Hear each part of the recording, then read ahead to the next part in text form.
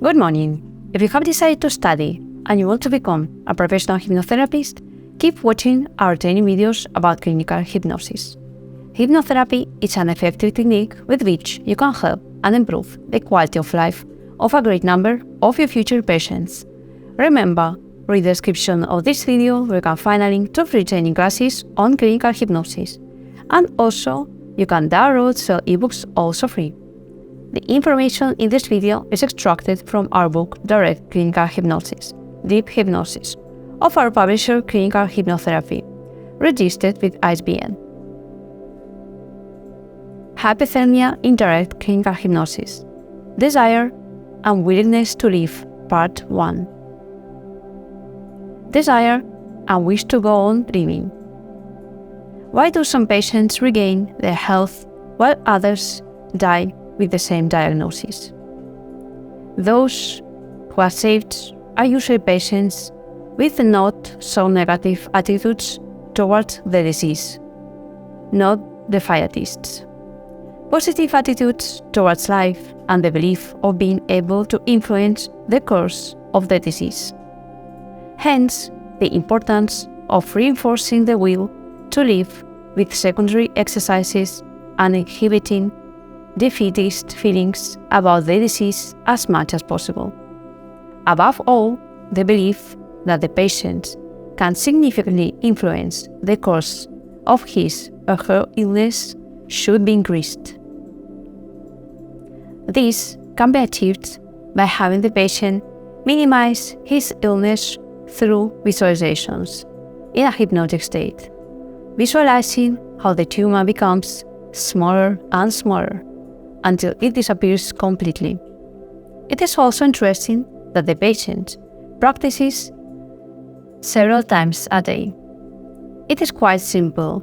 They are taught a relaxation method, and then they are taught to visualize how the tumor gets smaller and smaller and gradually heals. He can visualize how it becomes smaller and smaller, how it dries up or how it burns until it disappears completely.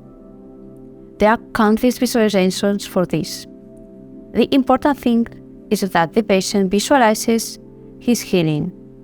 In this way, we combine perfectly the primary exercises with the secondary exercises, plus the tertiary exercises done by the patient. If we add medical therapy to all this, all the better. To fight cancer, everything is too little. Stress and cancer. In a study carried out by Matthew Simonton on the influence of stress on the occurrence of cancer, the following conclusions were reached. High levels of emotional stress increase susceptibility to disease. Chronic stress leads to suppression of the immune system, which in turn increases susceptibility to disease, especially cancer. Emotional stress, which suppresses the immune system, also leads to hormonal imbalance. This imbalance can increase the production of abnormal cells at precisely the time when the body is least able to destroy them. All this is taking into account that a patient's responses to stressful events are different.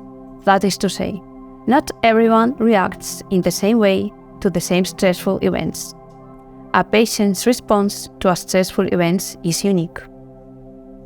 In this sense, it would be interesting to identify behavioral patterns that the patient needs to change in order to live a richer and healthier life by becoming aware of stressful life circumstances and finding positive alternatives to deal with them effectively. This releases positive energy to combat the illness and thus to live a full and satisfying life.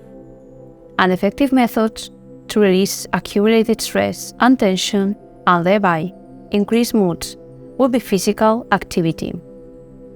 Regular exercise provides the patient with an escape route from accumulated stress and tension, thereby encouraging a return to health.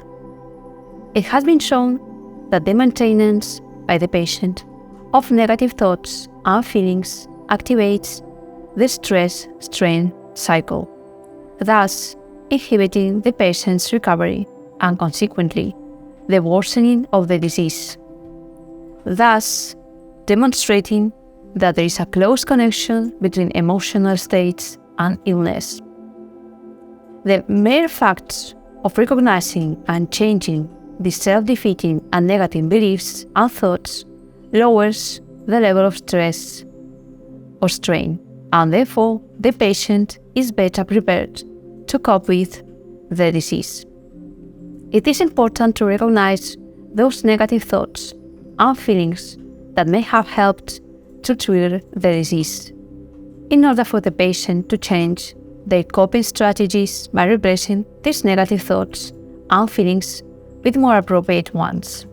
That is to say, to change their coping strategies to more appropriate ones when any problem occurs. We must increase the patient's life expectancy by creating a hopeful future and setting goals. These goals should be medium and long term, thus increasing the affirmation and belief that they will live long enough to achieve them. Goals are very important for maintaining a high quality of life. The desire to live is strengthened by the pursuit of pleasure and meaning, so we must reinforce the patient's expectation that they will achieve their goals.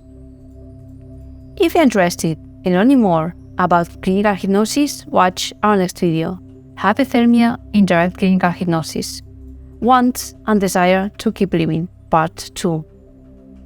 Remember, read the description of this video where you can find a link to free training classes on clinical hypnosis, and also you can download several free ebooks. If you have any questions, add them in the comment area.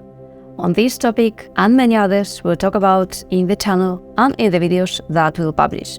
So, if you're interested, do not miss our next videos. Thank you very much.